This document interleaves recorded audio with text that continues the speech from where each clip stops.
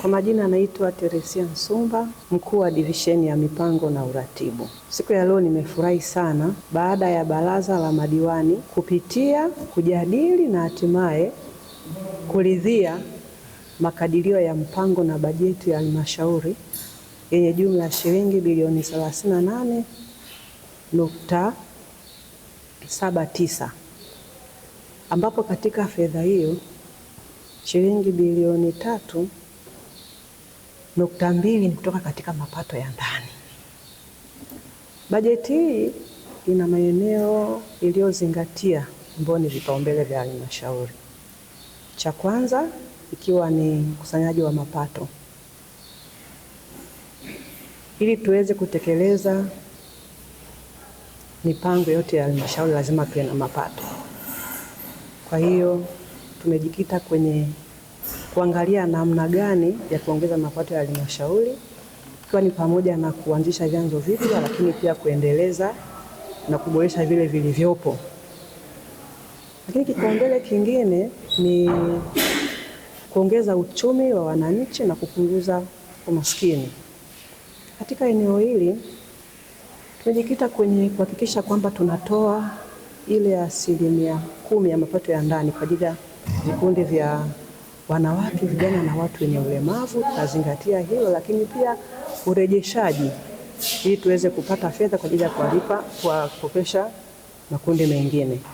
Katika eneo hili pia tumesisitiza uendelezaji wa miradi yetu ya kimkakati, ambapo miradi kama kuendeleza kilimo cha parachichi, tumbaku, viazi mviringo, lakini pia na zao la mkonge tumelitengea fedha ili tuweze kuliendeleza.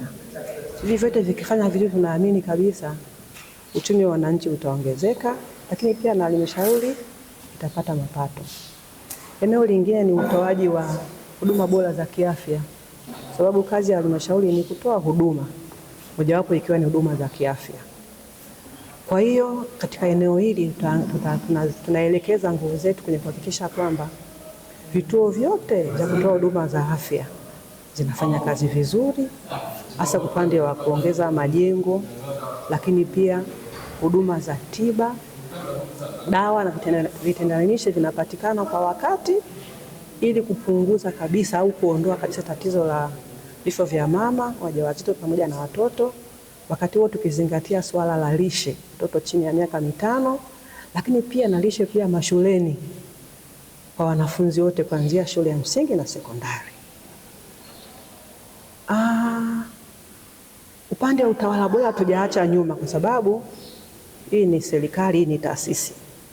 Ili kuweka mazingira mazuri ya wafanyakazi, lazima kuwe na utawala bora wenye uwazi, tuhakikisha kwamba vikao vyote vya kisheria vinafanya kazi, lakini pia stahiki za watumishi na viongozi zinatolewa kwa wakati, ili watumishi waweze kuwa na mazingira mazuri ya kufanya kazi. Sehemu ya kazi iwe ni sehemu pia ya furaha.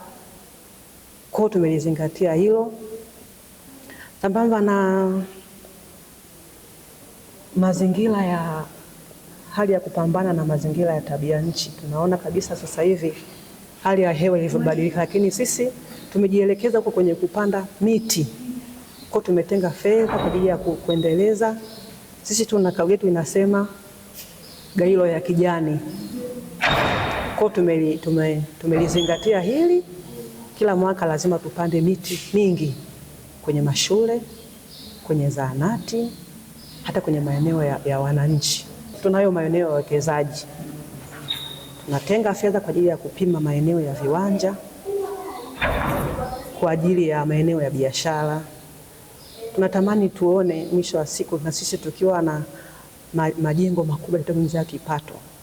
Tunatenga maeneo kwa ajili ya kujenga mahoteli ya kitalii makubwa, lakini mall mbalimbali, kwa sababu maeneo tunayo. Kwa hiyo hilo pia tumelizingatia. Wakati huo tunatarajia kuongeza mapato. Mojawapo ya kazi tutakayofanya, tunategemea tunataka kujenga soko la mazao ambalo litasaidia, kwa sababu sisi wananchi wetu wengi wanategemea sana kilimo, lakini hatuna soko permanent. unakuta wakati mwingine hata kukusanya mapato inakuwa ni kazi. Wafanyabiashara wasaingia wanatorosha mazao wanapeleka kwenye soko la karibu la Kibaigwa. Sasa sisi kudhibiti, tunataka kujenga soko la mazao. Mwaka huu tunaoendelea nao tumetengewa shilingi bilioni 1 na serikali. Tunategemea muda tutapata hizo fedha tutaanza. Lakini mwaka unaokuja pia tumetengewa bilioni 1 tena. Kwa hiyo tunategemea baada ya miaka 2-3 tutakuwa na soko letu ambalo kwetu ni chanzo kikubwa sana cha mapato. Kwa kushirikiana na wadau wa maendeleo ya Gairo, sisi kama watumishi wa halmashauri tukisimamiwa na mkurugenzi, baraza la madiwani, lakini pia bila kumsahau mkuu wetu wa wilaya ambaye tuko naye sambamba, kwa kushirikiana katika makundi haya yote, hii bajeti ya shilingi bilioni 38.79 tutafanikiwa.